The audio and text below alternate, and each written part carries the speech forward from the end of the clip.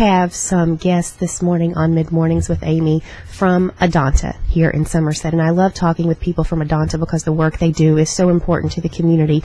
And Kendra Eubank is with us this morning from Adanta. Good morning, Kendra. Good morning, Amy. This is your first time on the show, so welcome. Thank you. Thank you. You had sent me an email several months ago, it's probably been, and you wanted to talk about the Green Dot Initiative, and I'm happy that you're talking about that because I'm not sure that a lot of people know exactly what the Green Dot Initiative is and what Adanta is doing with that. So explain to everyone what the Green Dot program, the Green Dot Initiative is. Okay. It originally started on the University of Kentucky's campus. Dorothy Edwards, she created this program at a college level initially, and then she brought it to the high school level. The Rape Crisis Centers got involved with this, and that's how Adanta is involved, because our local Rape Crisis Center, they're housed at Adanta. So all throughout Kentucky, this is being done throughout the Rape Crisis Center. So every region is having a school implement this program. The Green Dot program is a violence prevention program. We target bullying, stalking, dating violence, and sexual assault. And there's two parts really to this whole program. We have the school part, of course, like I've mentioned, and then we have the community piece. The school piece is, we go into the school, we lay out the curriculum because it's a 5-hour curriculum, so it's a pretty lengthy program. But we break it up into different segments. And you do it in one day? Yes. 5 hours in one day? We do, yes. Different other schools and Rape Crisis Centers, they might look a little bit different. They break it up maybe half a day. But we're lucky. Southwestern is wonderful at working with us, and we're able to do it throughout the whole day during the school day. So it's like 8:30 to 3. With the students that have been picked by the peers of the school, and also some of the teachers and staff that are positive, influential students of the school. And so we break that down into 4 different segments throughout the day, and we look at the warning signs, the red flags of these types of violences. Then we take a really good look at why we've kept it active, because we're not bad people. We want to help people. But certain things keep us from being active bystanders. So we really take a good look at that. And then at the end of the training, we look at, okay, despite this obstacle I might have, Amy, what can I do still to help someone to be that active bystander, to help reduce these numbers of violences that's happening in our school, that's happening in our community, that's happening in our state. And then they get to role play. So they love that part. At the end, they role play these skits of, okay, if this happened in my school, and I have this obstacle of, Amy, I might be shy. So how would I be able to help this individual? We role play that. So they're able to really get a hands-on feel of, okay, I want to be an active bystander. What can I do to help? So it really seems to be like you all are helping students help each other. Yes. If a student sees another student being bullied or possibly in a date situation, being mistreated or abused, it's about being proactive, right? Teaching students to be proactive. Proactive and reactive, yes. That's the 2 main components of our Green Dot. So Green Dot is just a choice, a behavior, an action, a word that promotes safety, and to also say, we don't promote this violence. It's a Green Dot. Yes, it's a Green Dot. If other schools wanted to be a part of this, you mentioned Southwestern. Is that the only school you're working in right now? Can other schools They are our implementation school, because in the state of Kentucky for the Green Dot program, it's been a 5-year research program. So they are our implementation school, meaning just that they are the ones that's getting the actual curriculum. Pulaski County High School is what we call our control school. They're taking surveys for us to help to see how this program is helping in the school that's not getting it, and then the ones that is, to kind of compare. After this year, this is our last year, they will compile all that data, see if this program has worked, and then we can open it up to any high school that will be interested in that. That's wonderful. Now talk about your work with the Green Dot Initiative in the community. You mentioned that's the second component of what you do. Yes. We have a community prevention team, and it's just made up of community members. I have people from the school, people from different businesses across Pulaski County that we meet once a month, and we look at the curriculum that we're doing in the high school and saying, okay, what could we do to bring this to the community? How can we promote this in the community to where we're getting community members active bystanders like we're trying to promote in the high school? And what entities in the community are you working with right now? Have you partnered with anyone to do this? We have someone from like the Bethany House. We have someone from both of our schools, Pulaski County High School and Southwestern. We have someone from Southern Petroleum that's on our team that helps out.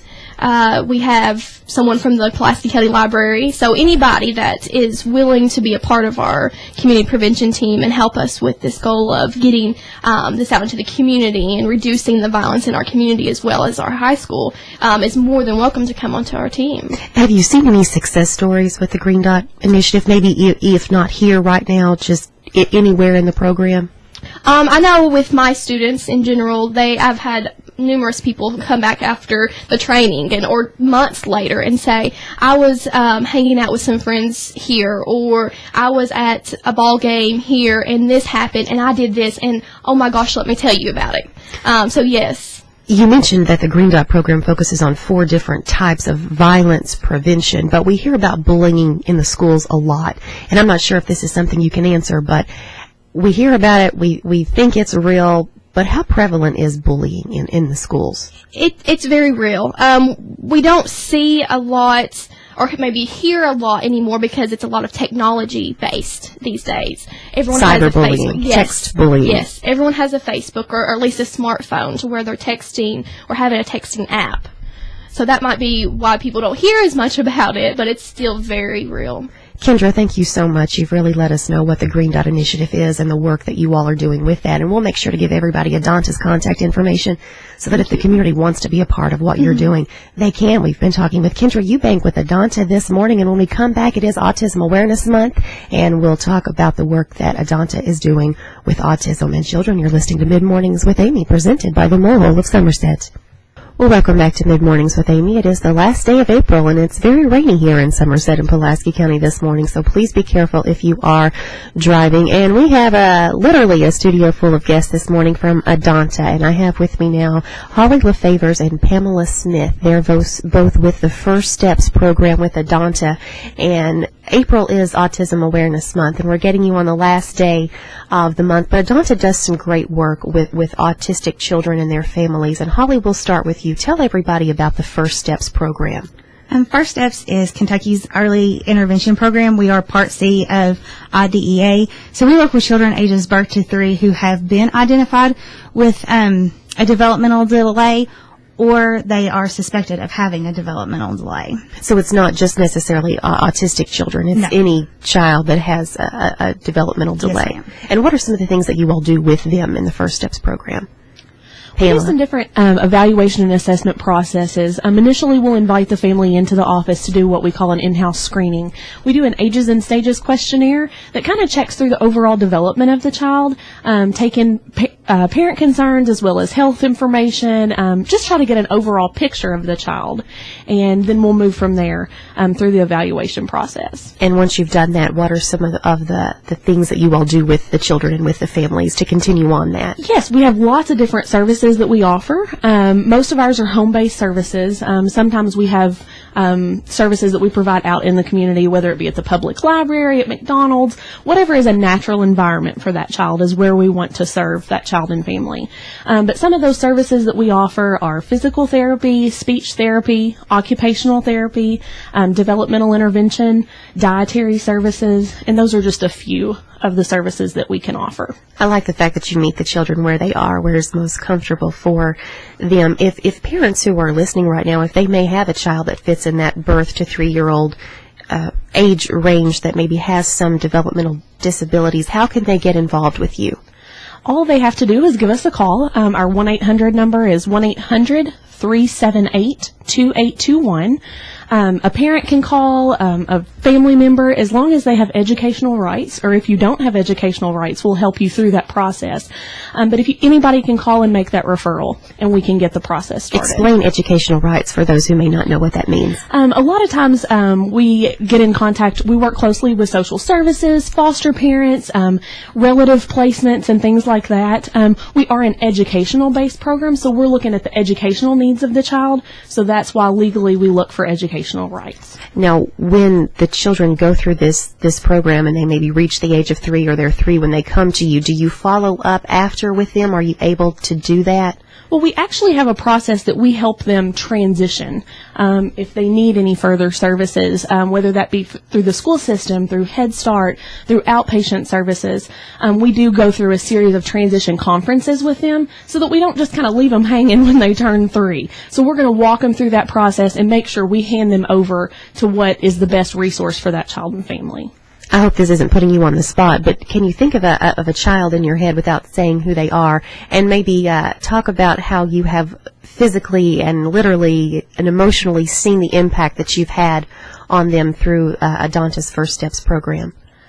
Most definitely. We have a lot of good stories. And I think when we work with these families, a lot of times we'll get them coming in at birth. Maybe they have a medical or a condition that's been notified to us as causing a developmental delay. So we may follow them from birth. We may get them at 2 years old.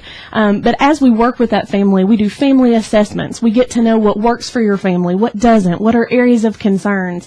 So I think we get attached at times, as easy as that is to do with kids birth to 3 and their families. But a lot of different, each family is different.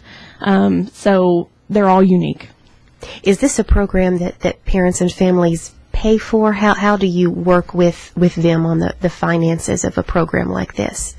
We actually work with families based on their family size and income level. It's a sliding fee scale. But the most one of our families would pay is $100 a month for services.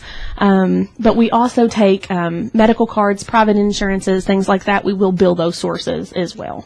Do you have a support system? And I'm sure that you do with the parents for the children. You're obviously there to help the children develop and grow, but I'm sure the parents would need some sort of support as well. Do you all help with that?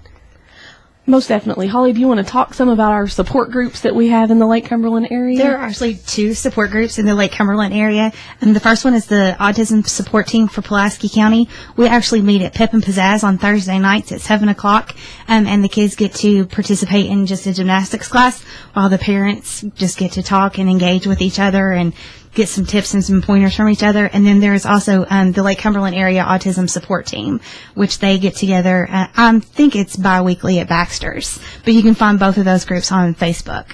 We had a very nice gentleman on the show several weeks ago who talked a little bit about what it's like to be autistic and what autistic children feel. And if you've never been autistic, you have no idea what it feels. And if you've never been the parent of an autistic child, you don't know what that's like. So can you, Holly, just maybe describe what some of the parents feel when they have an autistic child, or Pamela, you can take the question, just what it's like for a family when someone in the family is autistic. When we send a child up to Wyckoff to get the evaluation process, to get the diagnosis of autism, we try to explain to the parent, the last thing we say to them is, this is going to be the same child when you leave Wyckoff as that you take up there. But each family will tell you they still have to go through the grieving process, that getting the diagnosis is still kind of a shock, even though they would know. So meeting one child with autism is meeting one child with autism. No two individuals are the same. We hear that all the time. Mm-hmm. Holly LaFavers and Pamela Smith, thank you all so much for talking about the First Steps program. And we will make sure to put the 1-800 number on our Facebook page and information on how people can contact you if they need your work with the First Steps program. Thank you all so much. Mid Mornings with Amy. We'll be right back. Thank you all so much for joining me this morning on Mid Mornings with Amy. We've been talking with Kendra Eubank, Holly LaFavers, and Pamela Smith with Adanta, talking about the Green Dot Initiative and the work they do with autistic children and families. And we have Kelly Joplin now. Kelly, we have a little less than 2 minutes, and you couldn't come to Mid Mornings with Amy and not talk with us. You've been on the show before. Coming up on May 2nd, tell everybody what's happening with something you all are working with. On May 2nd in E-Town at 9 a.m., there's going to be a regional forum, and there's going to be some results on what we've been doing around the state is to try to collect information about what parents need and what kids need who have autism. And so we're going to take this information and roll it out, and hopefully we're going to be able to take the information learned and take it back to the legislators to say, look, these are the needs that are happening out in the community. This is how we can help children and we can help families, and we need these programs funded.